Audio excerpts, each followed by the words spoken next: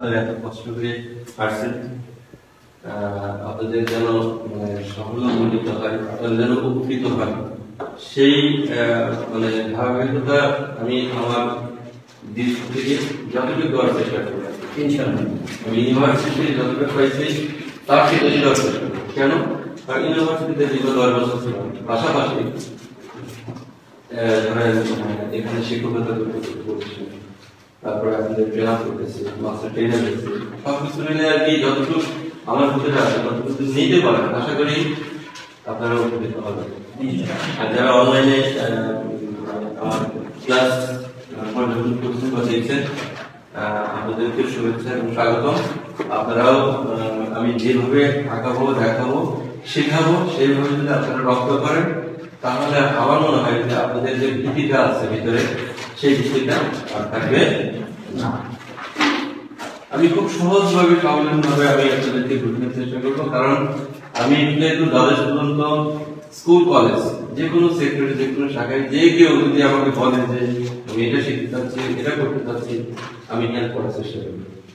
আমি যদি শ্রেণীতে যাই, আমি প্লেন বাচ্চা হয়ে যাই। আমি ইউনিভার্সিটিতে পড়ছি, আমি 5 ক্লাস পাস পাই, এগুলো না।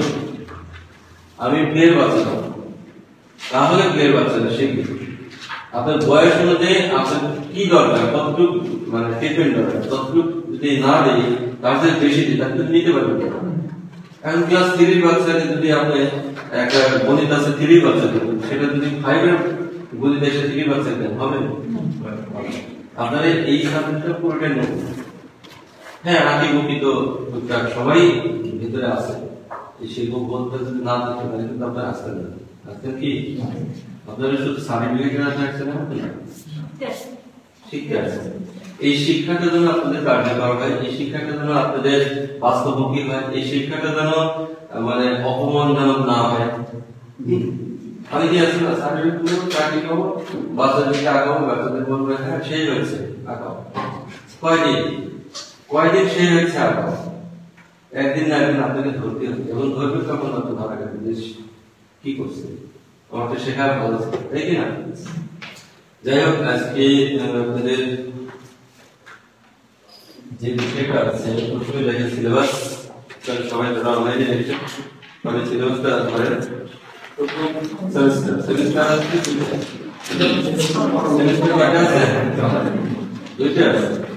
এই ফার্স্ট সেমিস্টারে আপনি কয়টা সাবজেক্ট আছে?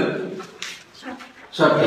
আর হচ্ছে সেকেন্ড সেমিস্টারে আছে, অর্থাৎ আমরা অনার্স মাস্টার্স করে আসছি 5 বছর 7 বছরের কোর্স, এটা 1 বছরের। আপনাদের বলেন কিভাবে করবেন? তারপরে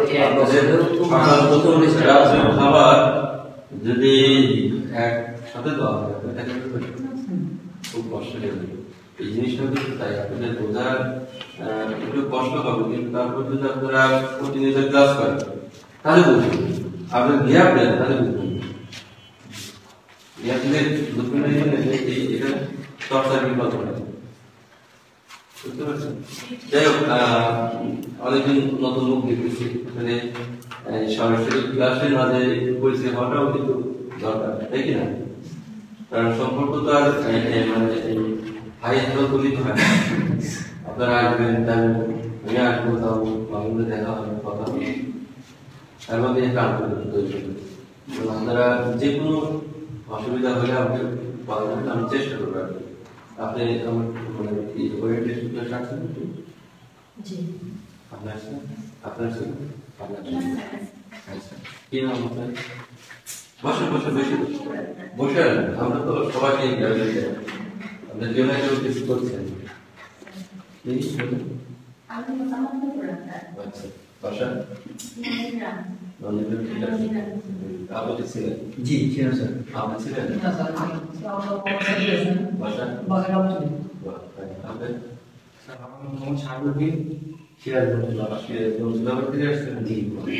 আপনার? আমি মোহাম্মদ রাসুল, গেছি ওই কাজে ওই এনার কি বলে কাজ কি বেলবেসি হয়ে গেছে। মোহাম্মদ ফয়সাল এখানে বসে, এখানে বসে সেন কোথায়? হ্যাঁ এখানে কোথায়? এখানে ফুলবাড়ির মধ্যে বাড়া কোন রাস্তা পার হইলে আমি তো শিখেছি আমাদের এখানে সবকিছু আপনার তো আসছেন আপনার আসছেন কি আপনার আসছেন আপনার আসছেন আপনি কি নাম নীলুফার ইয়াসমিন বাসা সিরাজগঞ্জ সিরাজগঞ্জ আমি স্টুডেন্ট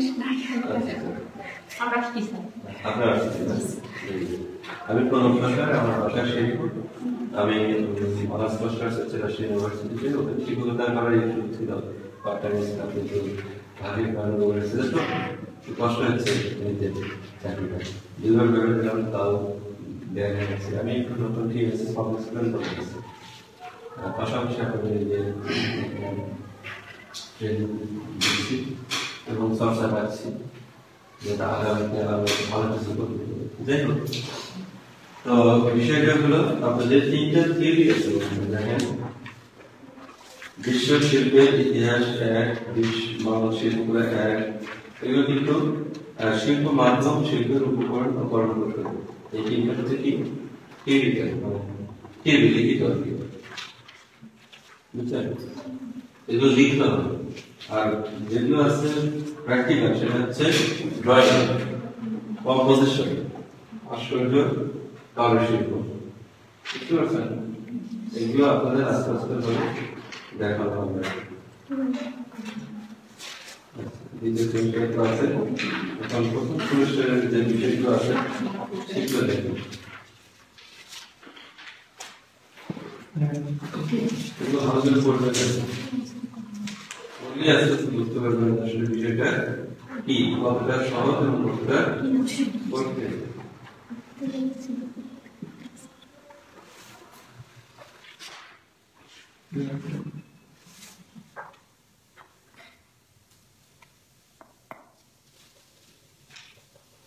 এই যে আপনার এই বিষয়ে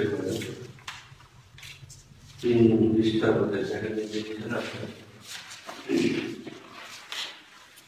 আসলে এটা হচ্ছে পাঠ্যসূচি কোর্স করতে 2071 এই ইউনিভার্সিটি পাঠ্যসূচি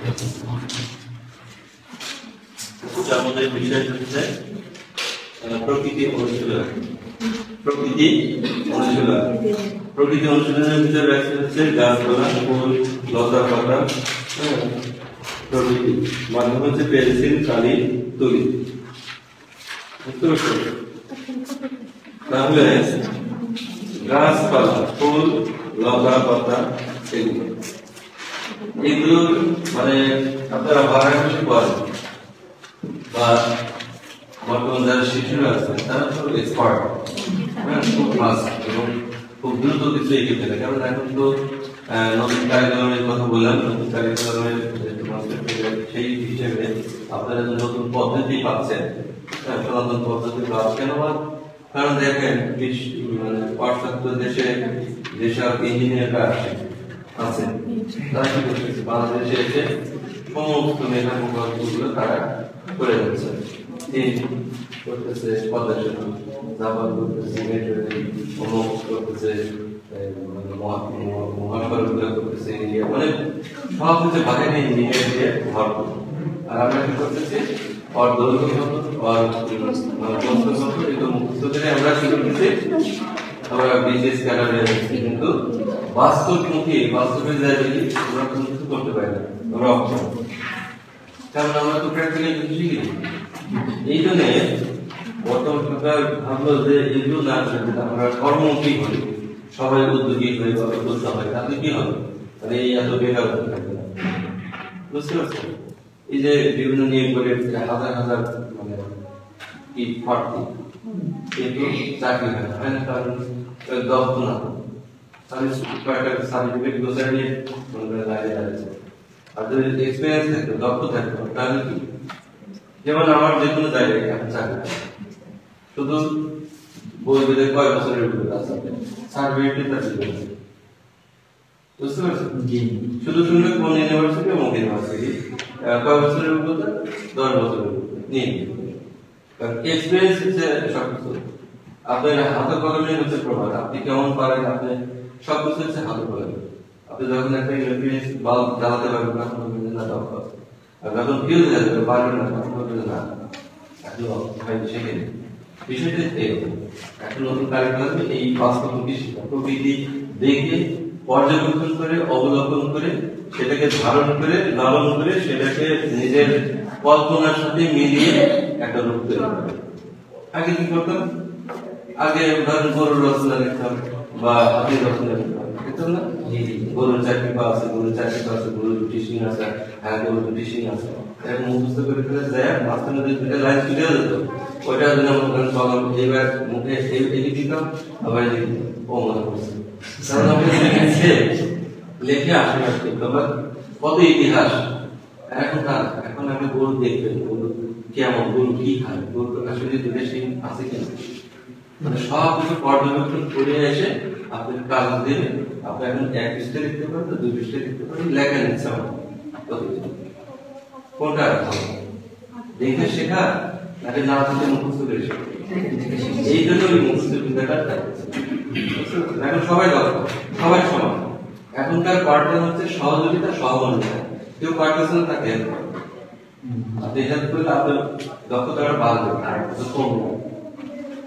যাই পরে কথা হলো, এখন কাজে আসি। এখন বিষয়টা হচ্ছে প্র্যাকটিক্যাল করতে গেলে যে মেইন বিষয়টা আমি প্রথমে ওরিয়েন্টেশন ক্লাসে দেখাইছি যে কি লাইন, আপনি লাইন প্র্যাকটিস করছিলেন, বিভিন্ন ধরনের লাইন, ধরেন ভার্টিক্যাল লাইন। আবার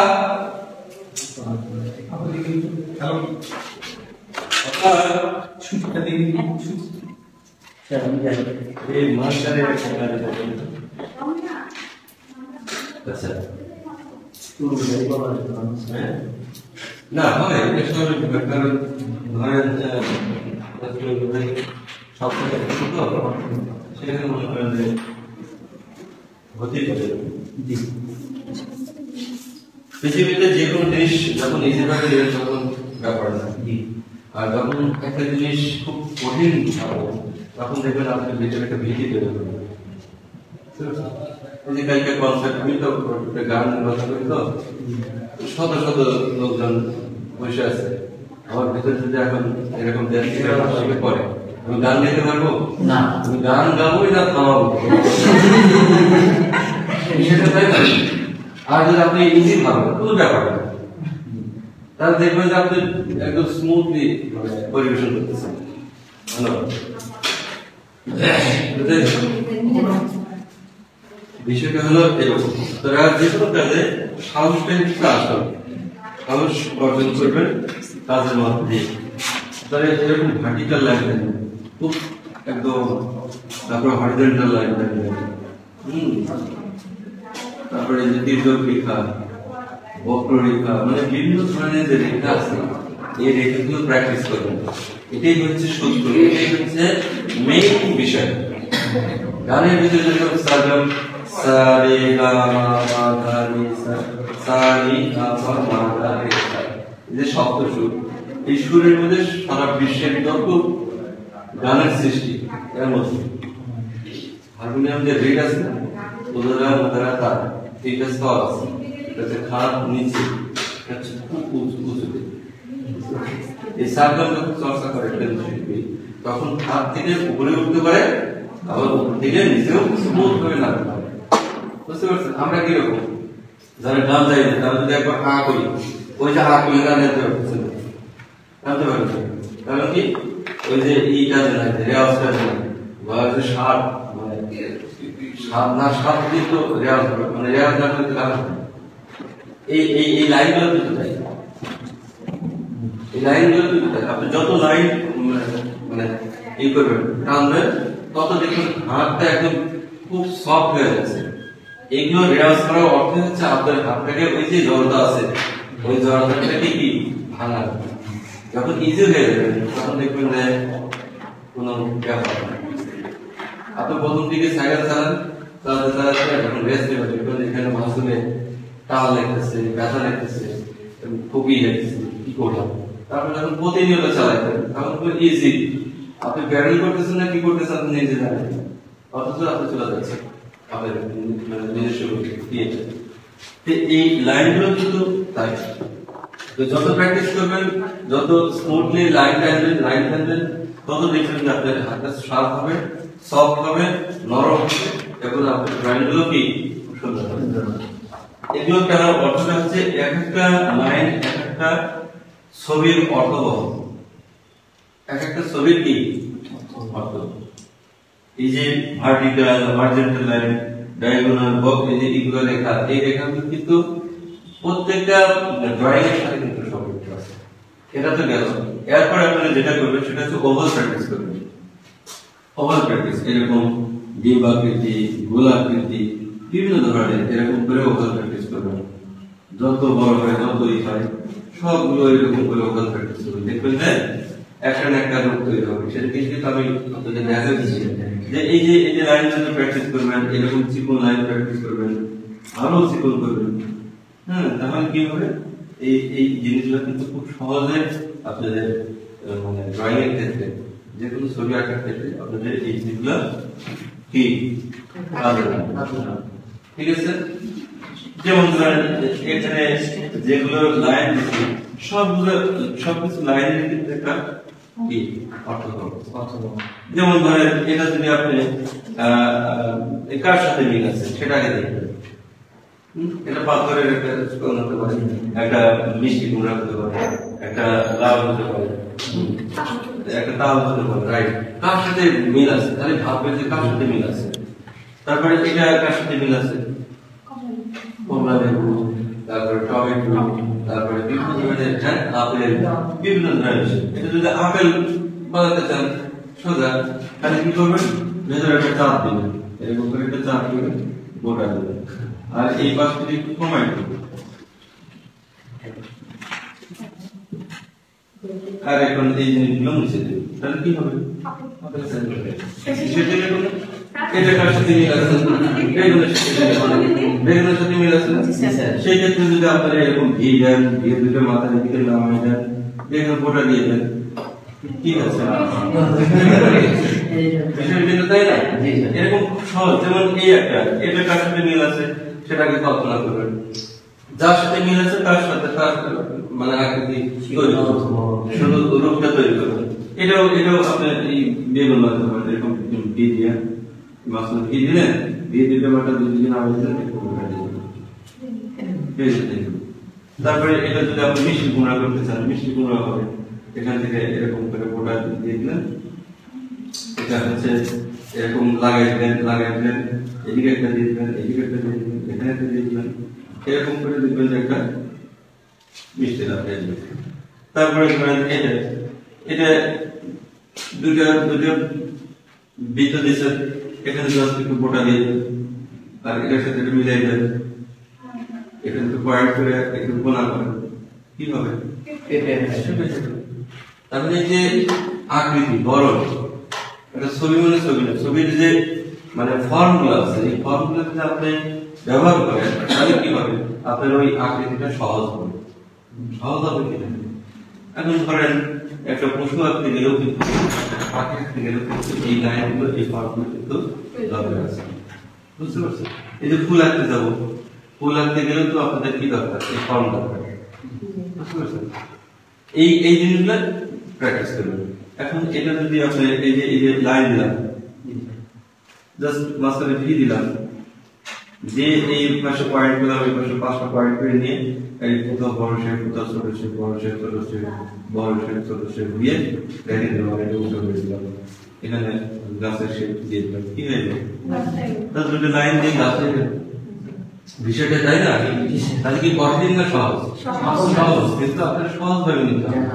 আমরা যদি ড্রয়িং কিভাবে করবো এটা সম্ভব না, আমি জীবনেও করি না, আমার দ্বারা সম্ভব না, আপনাদের সম্ভব। কিন্তু শুধু এই জিনিসগুলো আপনি রক্ত করেন, আপনার যে কোনো জায়গায় আপনারা শিখবেন। আপনার ভাইয়ের কাছে শিখবেন, আপনার ভাস্তার কাছে শিখবেন না, আপনার ছোট বোনের কাছে শিখবেন না, আপনার কোনো বাচ্চার কাছে শিখবেন না। একজন বাচ্চা দেখা যাচ্ছে যে বসে আছে, ড্রয়িং করতেছে না, ব্যবহার করে দিলেন আপনার অভিজ্ঞতা, ফলে আপনারও এক্সপিরিয়েন্স হয়ে যাচ্ছে, ও খুব খুশি হবে।